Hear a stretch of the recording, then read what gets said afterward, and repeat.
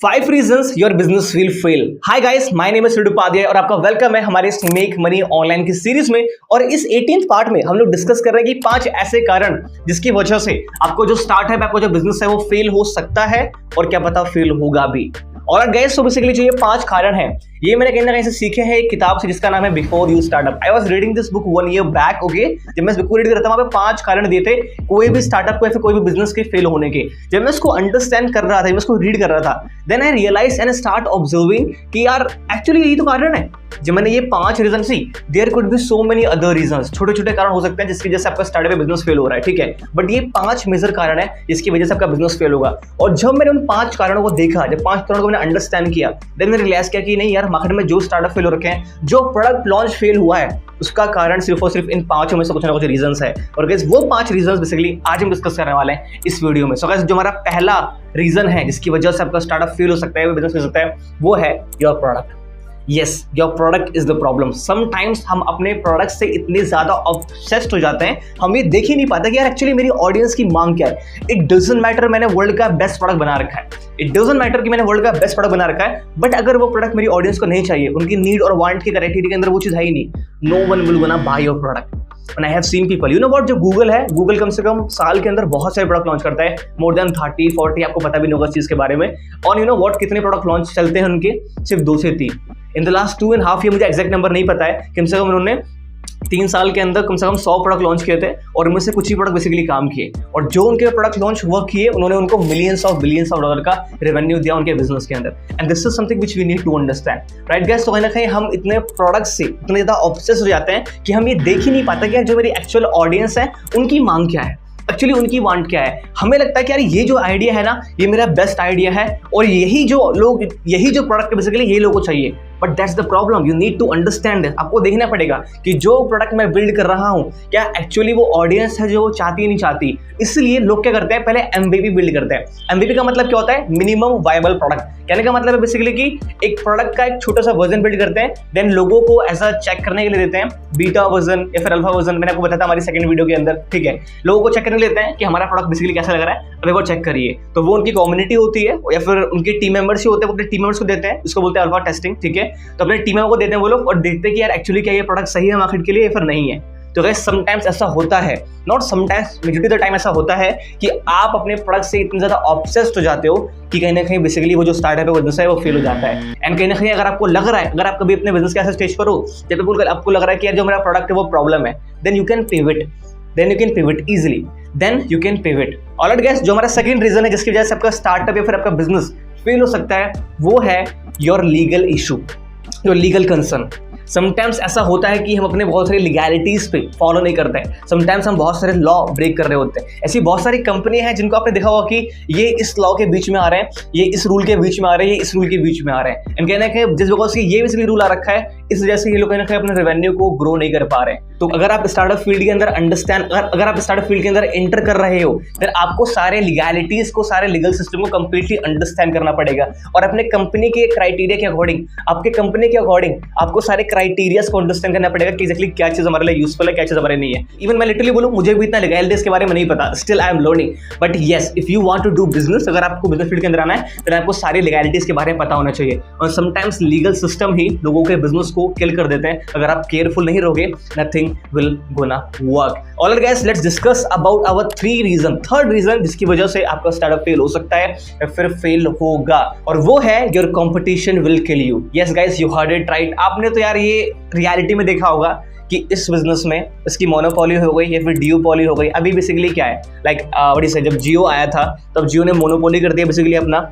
उसका प्राइस बहुत कम था, जितने मार्केट के अंदर लीडर्स थे वो सब डाउन हो गए। अभी राइट नाउ का डियोपोली है एयरटेल की और जियो की। अभी वोडाफोन और जो आपके डिफरेंट मोबाइल फोन बेसिकली वो हैं, जो सिम प्रोवाइड करते हैं, अभी वो लोग कहाँ पर है, बहुत डाउन पर है। तो यहाँ पे डियोपोली है, तो कहीं ना कहीं आपका कॉम्पिटिशन आपको किल कर देगा। यार वोडाफोन कितने टाइम से था, आइडिया कितने टाइम से था, बट जस्ट एक पंच मारा जियो ने एंड बूम, मार्केट शिट कर दी पूरी उन लोगों की। यू नीड टू अंडरस्टैंड, आपको अपने कंपटीशन को हमेशा सही तरह से देखना पड़ता है, उनकी प्लानिंग, उनकी स्ट्रैटेजी, वो लोग कैसे काम कर रहे हैं और आप कैसे बेहतर कर सकते हो। और आपको प्रिपेयर होना होता है हर एक डिजास्टर को लेकर कि इनकेस अगर ऐसा होता है, अगर इनकेस ऐसा होता है तो उस चीज के लिए बेसिकली मैं प्रिपेयर हूँ। So guys, your competition will kill you. Guys let me know in the comment box, कुछ एग्जांपल दो किस कंपनी ने किस कंपनी को किल किया, and just let me know in the comment box right now. So guys, आपको ये सारी चीजें भी अंडरस्टैंड करनी पड़ती है कि आपको कंपटीशन भी आपके बिजनेस को खत्म कर सकता है। इनके जो हमारा चौथा रीजन है जिसकी वजह से आपका बिजनेस फेल हो सकता है वो है your team is weak. Yes, you heard it right. Entrepreneurs का जो बिजनेस पर्सन होता है उनका जो मोस्ट हार्ड वर्किंग काम होता है वो है स्मार्ट लोगों को हायर करना। सेकंड चीज क्या है कि उनको रिटेन करना। That's the main problem. और अगर आपकी टीम वीक है, अगर आप अपने टीम को वो विजन नहीं दिखा पा रहे हो, जाहिर सी बात है आपका बिजनेस कंप्लीटली डाउन हो जाएगा। अगर आपके अंदर वो लीडरशिप क्वालिटी नहीं है, कहीं ना कहीं फिर आपके लिए प्रॉब्लम क्रिएट होना चालू हो जाएगी। And guess see, you might have heard और यू माइट हैव सीन कि जो स्टीव जॉब्स थे, ओके, वो बहुत ही ज़्यादा एग्रेसिव होते थे। वो चाहते थे कि जितना ज़्यादा काम मैं कर रहा हूँ उतना ही ज़्यादा हर कोई काम करे, बट ऐसा नहीं होता। You can't expect same amount of work from someone else.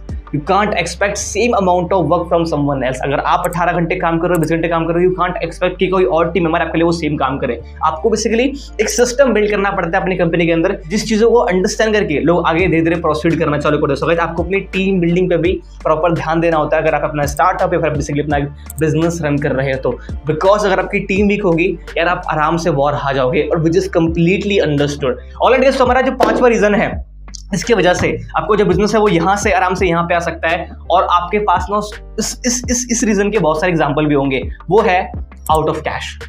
आपको जो कंपनी है वो आउट ऑफ कैश हो गया। आपके पास जो पैसा था, जो आपने फंड रेज कर रखा था, वो कंप्लीटली आउट ऑफ कैश हो गया। There are so many companies in a market जिनके ये 5 रीजन होते हैं। 5 में से कोई ना कोई एक रीजन होता है, और उनसे कहना है ये आउट ऑफ कैश वाला भी है कि भाई हमने हाथ खड़ा कर दिया, ठीक है, हम बैंकरप्सी पे आ गए, अब कुछ नहीं होने वाला, कुछ नहीं कर सकते बेसिकली अब। और अगर कोई कंपनी अपनी बैंकरप्सी फाइल करती है तो nothing can, no one can do anything. अगर आपने उस पर कंपनी में पैसा इन्वेस्ट कर रखा है वो डूब गया, दैट्स इट सिंपल।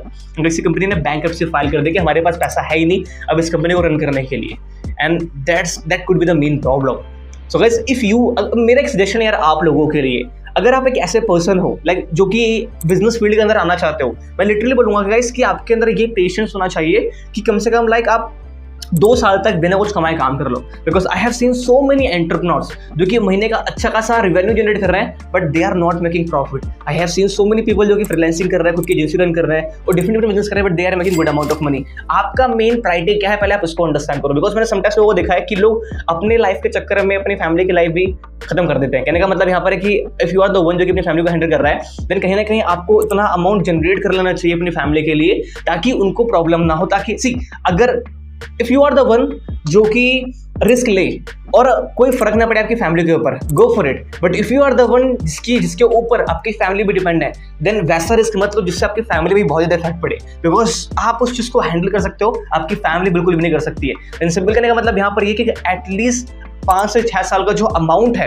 वो जमा कर लो बेसिकली अपनी फैमिली के लिए, कि हाँ अगर मैं ना भी रहूं, अगर मैं कुछ साल के लिए इस सिटी में चला जाऊं तो मेरी फैमिली को कोई इशू ना हो। एंड मेरा बेसिकली पहला प्रायोरिटी यही है कि अगर मैं कुछ रिस्क लूँ लाइफ के अंदर, कुछ मैं बड़ा रिस्क लूँ जहाँ पे मैं कुछ नया ट्राई कर रहा हूँ, कुछ नया लॉन्च कर रहा हूँ, और मुझे पता है कि 1-2 साल के अंदर मेरे पास यहाँ से रेवेन्यू प्रॉफिट बिल्कुल भी नहीं आएगा, सिंपल सी बात है, मैं क्या करूंगा, पहले मैं अपनी फैमिली के लिए बैकअप प्लान देखूंगा कि इन केस अगर कुछ चीजें साउथ जाती हैं, then I should have a backup plan for my family, not for me, for my family, because मैं तो छोड़ ट्राई कर लूंगा यार, fail, then फिर सक्सेस मिलती है बेसिकली आपको, right guys. So this is something which I want to tell you guys. Basically 5 reason होते हैं। आपको क्या लगता है कि इन 5 में से जो मोस्ट हाईएस्ट रीजन है जिसकी वजह से लोग जरूर की कंपनी बेसिकली फेल होती है, वो let me know in the comment box. इनका जो बुक का नाम है यहाँ पे मैं रिपीट कर देता हूँ, बेसिकली वो है before you startup. It's a good book, बहुत अच्छी किताब है, definitely everyone of you should read. And guys yes, check out the sales boot camp, जो कि हमारा लिंक डिस्क्रिप्शन के अंदर होगा। And definitely you should enroll in exclusive sales bootcamp if you want to learn about sales, if you want to learn how to grow your sales through social media, then definitely you should check out exclusive sales bootcamp. Alright guys, I will see you in the next training. And one minute. Next training, well guys, ये series हमारी almost and पे आ चुकी है। हमने 18 video बना दी इस series के अंदर में। नो डाउट हम फ्यूचर में इसके अंदर और वीडियोस ऐड कर रहे होंगे इस सीरीज के अंदर। अभी मुझे लगा कि ये बेसिक सीरीज बेसिकली आप लोगों के लिए इतना काफी है। फ्यूचर में बेसिकली हम एडवांस सीरीज भी लेकर आएंगे regarding the entrepreneurship or the business. All right guys, have a great day all, and guys do one thing यार, एक फेवर चाहिए बेसिकली मुझे आप लोगों से, प्लीज जितना ज्यादा लाइक कर सकते हो, कमेंट कर सकते हो उतना ज्यादा करो। एंड प्लीज जो ये प्लेलिस्ट की सीरीज है इसका लिंक बनाओ और उसको जाके अपने स्टेटस पे लगाओ, and please share in 1 or 2 group, ताकि थोड़ी सी रीच मिल पाए, ताकि उन लोगों की भी बेसिकली वो सारी नॉलेज मिल पाए, एंड यूट्यूब बाबा भी थोड़ा सा सपोर्ट करे ताकि चैनल हल्का सा ग्रो पाए। All right guys, bye bye, take care, have a great day all, cheers and best of luck for your journey, bye bye.